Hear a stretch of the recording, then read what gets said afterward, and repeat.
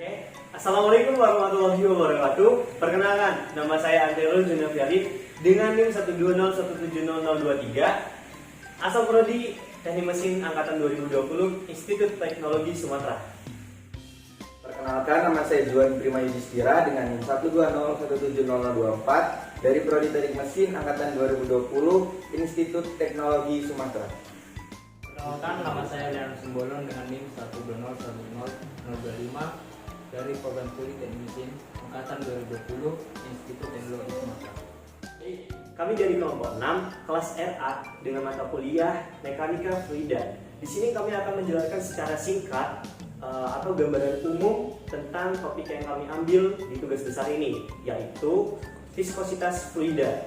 Nah, selain itu, kami juga akan menjelaskan secara singkat apa sih keterkaitannya, apa sih hubungannya viskositas fluida ini dengan mekanika fluida, dengan mata kuliah yang kami ambil.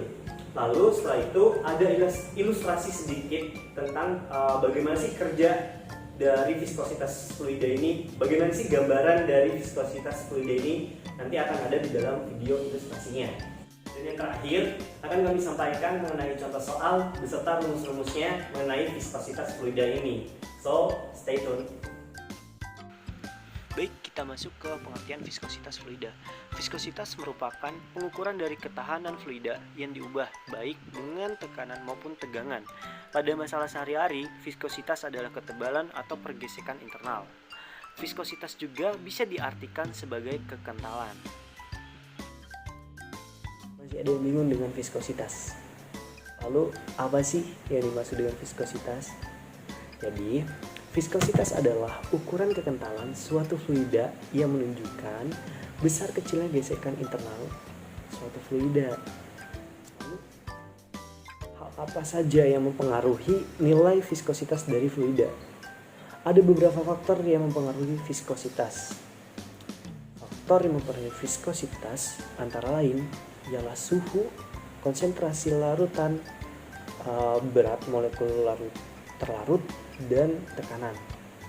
Suhu berbanding balik dengan viskositas. Jika suhu naik, maka viskositas akan turun, dan begitu juga sebaliknya. Jadi menjawab pertanyaan, apa sih keterkaitan mata kuliah mekanika fluida dengan topik yang kami ambil, yaitu viskositas fluida? Pada hukum aliran viskos, Newton menyatakan hubungan antara gaya-gaya mekanika dari suatu aliran viskos sebagai geseran dalam viskositas fluida adalah konstan sehubungan dengan gesekannya. Hubungan tersebut berlaku untuk fluida Newtonia, di mana perbandingan antara tegangan geser dengan kecepatan geser konstan. Parameter inilah yang disebut dengan viskositas. Yang terakhir, apakah kita ini bisa menemukan viskositas fluida dalam kehidupan sehari-hari kita? Nah, berikut adalah contoh dari viskositas dalam kehidupan kita sehari-hari. Baik, langsung saja kita ke contoh yang pertama, yaitu yang pertama minyak goreng.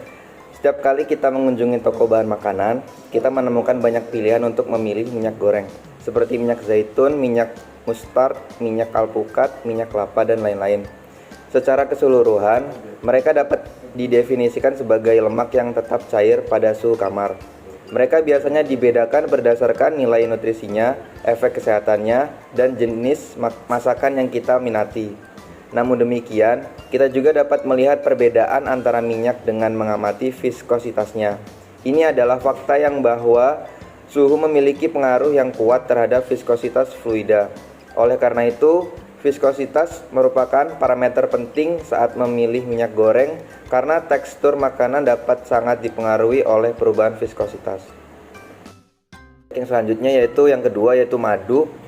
Mengetahui viskositas madu itu penting. Banyak langkah dalam mengekstraksi dan mengolah madu yang sulit dilakukan jika madu terlalu kental. Misalnya, mengeluarkan madu dari sarang lebah, menyaring, dan memasukkannya ke dalam toples sulit dilakukan jika terlalu kental dan lengket. Viskositas madu bergantung pada jumlah air dan jenis serta jumlah gula yang dikandungnya. Jika konsentrasi air ditingkatkan, madu menjadi kurang kental. Suhu juga mengubah viskositas madu, dan panas seringkali digunakan untuk mempermudah pemrosesan madu. Yang selanjutnya, contoh yang ketiga yaitu oli mesin. Saat oli bergerak melalui mesin, oli melapisi bagian-bagian mesin yang bergerak sehingga tidak saling bergesekan dan menyebabkan aus. Oli mesin juga membantu membersihkan, mendinginkan, dan melindungi mesin Anda. Viskositas oli mesin mengacu pada seberapa mudah oli mengalir pada suhu tertentu. Oli tipis memiliki viskositas lebih rendah dan lebih mudah mengalir pada suhu rendah dibandingkan oli yang lebih kental. Yang memiliki viskositas lebih tinggi, oli tipis mengurangi gesekan pada mesin dan membantu mesin menyala dengan cepat selama cuaca dingin. Padahal, oli kental lebih baik dalam menjaga kekuatan film dan tekanan oli pada suhu dan beban tinggi. Masuk ke contoh yang keempat, yaitu sabun cair. Viskositas merupakan faktor penting yang harus diperhatikan saat memilih isi ulang sabun cair. Viskositas sabun, krim, dan sabun cair normal yang tersedia secara komersial terletak pada kisaran 1000 sampai 3000 CPS atau cm3. Viskositas bervariasi tergantung pada suhu, penguapan, pengentalan, dan lain-lain. Aturan umumnya adalah sabun harus mengalir dengan baik pada suhu kamar. Semakin tebal sabun, semakin rendah volume dosis per keluarannya. Selanjutnya, contoh yang kelima yaitu tinta cetak. Ada dua sifat tinta yang harus dikontrol oleh operator mesin, yaitu viskositas dan pH. Memahami viskositas tinta sangat penting bagi produsen tinta, juga karena fisik ini memberikan informasi berharga tentang konsistensi dan umur panjang produk.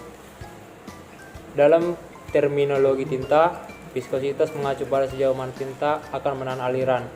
Viskositas tinta akan tergantung pada proses pencetakan yang dirancang, sifat media yang akan ditempelnya.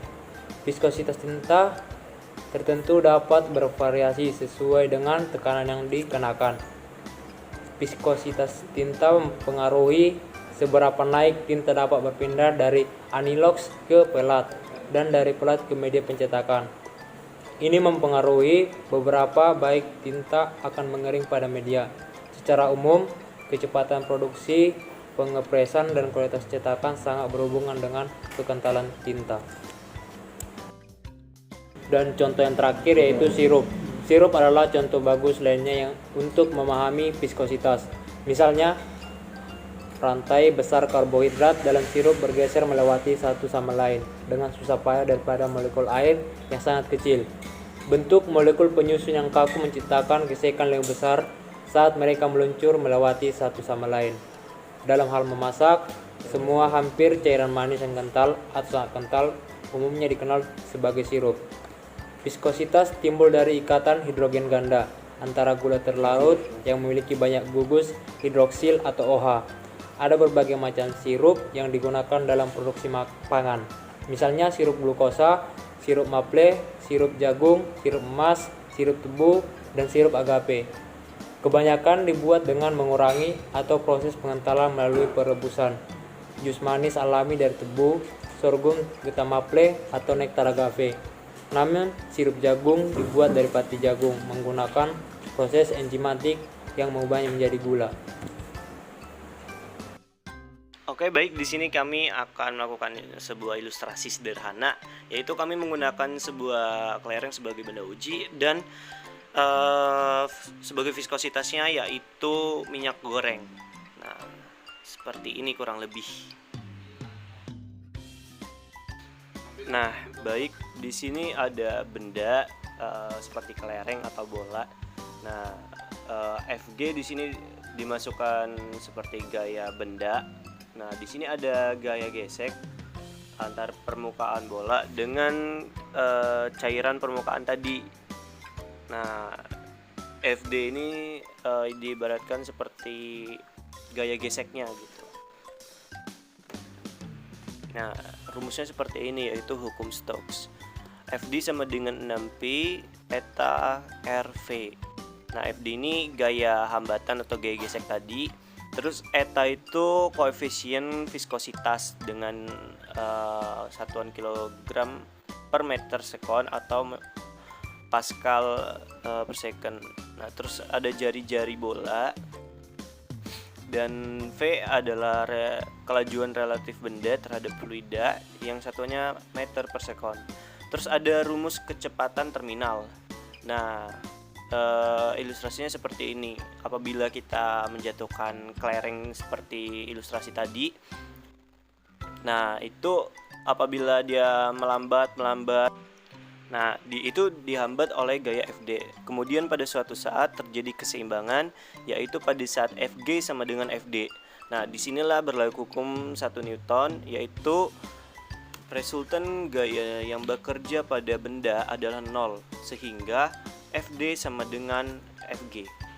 Nah, maka dari itu benda yang diam tetap diam, dan benda yang bergerak tetap bergerak dengan kecepatan yang tetap. Nah, kecepatan tetap inilah yang disebut dengan kecepatan terminal. Nah, yang rumusnya seperti ini: 2R kuadrat G dalam kurung rho B dikurang rho F per 9 eta. Yang dimana rho B itu massa jenis benda dan rho F itu massa jenis fluida. Nah, di sini ada contoh soal viskositas, yaitu sebuah bola besi dengan diameter 6 mm dijatuhkan ke dalam suatu cairan kental dengan massa jenis 1500 kg per meter kubik dan koefisien viskositas 1,4 kg per meter sekon. Jika massa jenis besi 8500 kg per meter kubik dan percepatan gravitasi 10 meter per second kuadrat, tentukan kecepatan terminal bola tersebut. Nah, langkah pertama yaitu kita mencari yang diketahui dulu. Dengan D sama dengan 6 mm yang dijadikan jari-jari, yaitu 3 kali 10 pangkat min 3 meter. Lalu ada rho F, itu 1500 kg per meter kubik. Lalu ada eta, yaitu 1,4 kg per meter sekon. Lalu ada rho B, itu 8500 kg per meter kubik. Dan yang terakhir ada G atau gravitasi, yaitu 10 meter per second kuadrat. Nah, seperti yang kita jelaskan tadi, bahwa rumusnya adalah Vt sama dengan 2R kuadrat dikali G dalam kurung rho B min rho F per 9 eta. Nah, didapatkan hasil setelah dihitung, yaitu hasilnya adalah 0,1 meter per second.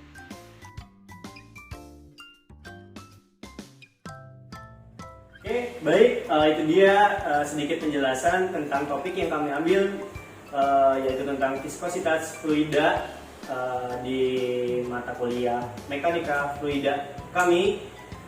Apabila ada kesalahan dan perkataan dari video ini, kami mohon maaf, kami akhiri. Wassalamualaikum warahmatullahi wabarakatuh. Terima kasih.